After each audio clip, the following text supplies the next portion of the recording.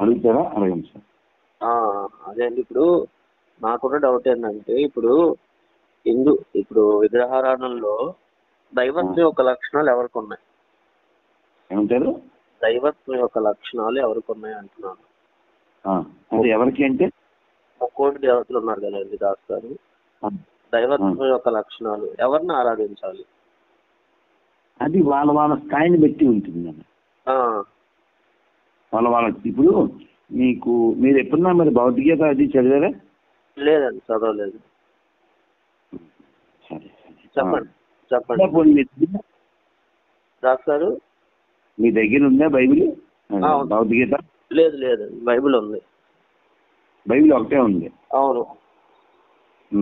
అది ఆర్సిఎందా ప్రొటెస్టెంట్దా? ప్రొటెస్టెంటేనండి. ఓకే సరే. భగవద్గీతలో ఏదామాం ప్రపద్యంతే తాం తదైవ భజామ్యహం అని చెప్పారు. అంటే ఎవరెవరు ఏ విధంగా నన్ను పొందదలిచారో వారిని ఆయా విధముగా నేను అనుగ్రహిస్తాను అని చెప్పారు. అందరూ బుల్లెట్ తోలలేరు, అందరూ కారు తోలలేరు. ఒక్కొక్కరికి స్థాయి ఉంటుంది. ఆ విధంగా వాళ్ళు అప్గ్రేడ్ అవుతూ ఉంటారు. వాళ్ళ స్థాయి బట్టి వాళ్ళ సాధన, స్థాయి నుంచి సాధన సర్వం సాధ్యతే అన్నారు. మన పెద్దలు ఏం చెప్పారంటే, భగవంతుని పొందడానికి ఎవరికి వాళ్ళు వ్యక్తిగతమైనటువంటి తపస్సు చేయాలి. అంతేగాని వాడెవడో ఓటికి అనిపించేసి ఇదే ఫైనల్ అంటే అది గోండాయి.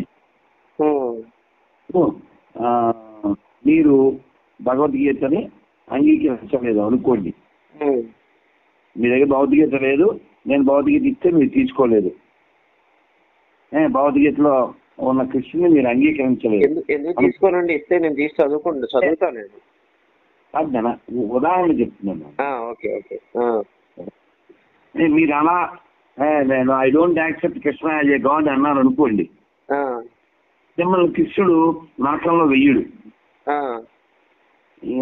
If you say I don't accept Shiva as a god, మిమ్మల్ని సూర్యంతో పొడి చేయడు.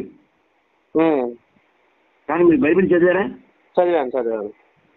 మార్కు 16:16 ఏంటి?